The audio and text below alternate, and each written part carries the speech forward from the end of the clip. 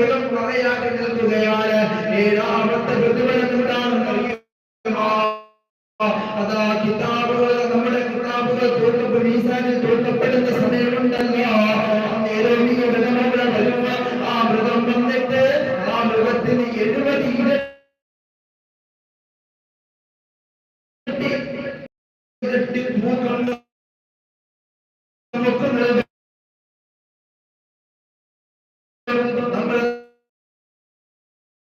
നന്മയുടെ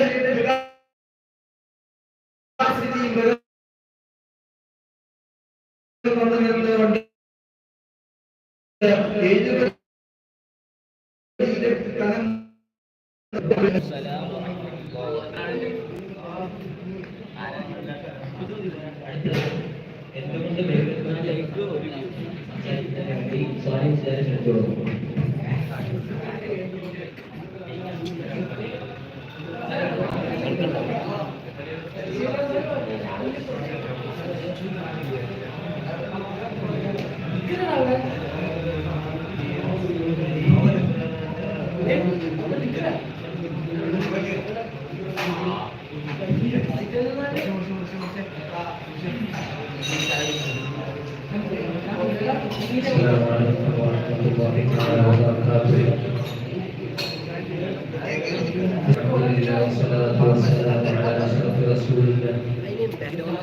وعلى آله وصحبه أجمعين. أما بعد، يا سيدي يا رسول الله خذ بيدي بعدي سواك يا قلبي يا أحدي فأنت نور الهدى في كل كائن وأنت سر الندى يا خير محمدي. ഏറ്റവും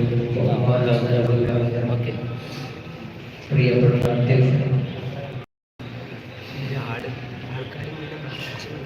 എന്റെ ശബ്ദം ശ്രമിച്ചുകൊണ്ടിരിക്കുന്ന പ്രിയപ്പെട്ട സുഹൃത്തുക്കൾ, നെടുമത്തുൽ ഹുദ സാഹിത്യ സമാജ വേളയിൽ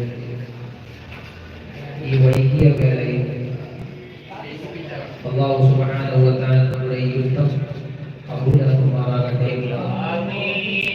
ഹബീബായ റസൂലുള്ളാഹി സ്വല്ലല്ലാഹു അലൈഹി വസല്ലം തങ്ങളോട് ഞങ്ങളുടെ സ്വർഗ്ഗത്തിൽ ഒരുമിച്ചുകൂടാൻ നമുക്ക് ഏവർക്കും തൗഫീഖ് നൽകിയമാറാകട്ടെ.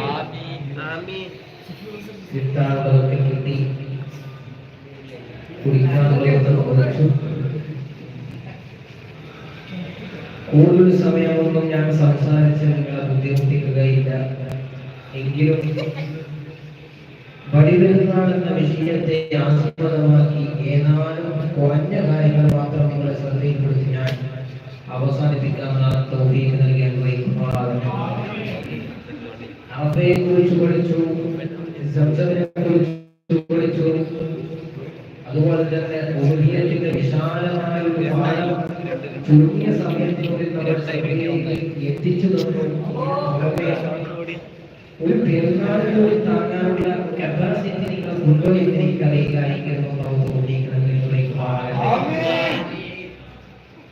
ഈദ് എന്ന് പറഞ്ഞാൽ കേവലം ഒരു സന്തോഷ ദിനം, ഒരു ആഹ്ലാദ ദിനം, ഒരു ആനന്ദ ദിനം എന്നതിലുപരി അല്ലാഹു സുബ്ഹാനഹു വ തആലയിലേക്കുള്ള മടക്കം, തഖ്വയിലേക്കുള്ള മടക്കം, നന്മയിലേക്കുള്ള മടക്കം എന്നിങ്ങനെ ഈദിനെ നമ്മൾ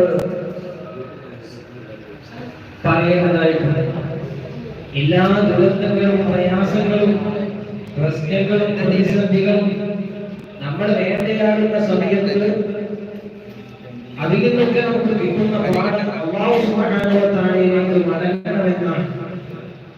പല വൈകാരികകളും അശ്ലീലങ്ങളും ആർഭാടങ്ങളും സ്വയം പറഞ്ഞു ജീവിക്കുമ്പോൾ എല്ലാം നിർത്തി അല്ലാഹു സുബ്ഹാനഹു വ തആലയിലേക്ക് മടങ്ങണമെന്നാണ് ഈദ് കൊണ്ട് നമ്മൾ ഉദ്ദേശിക്കുന്നത്. ഇബ്രാഹിം നബി അലൈഹിസ്സലാത്തു വസ്സലാം, ഇസ്മായിൽ നബി അലൈഹിസ്സലാത്തു വസ്സലാം ഈ മഹാന്മാരുടെ ത്യാഗോജ്ജലമായ ജീവിത സന്ദർഭങ്ങൾ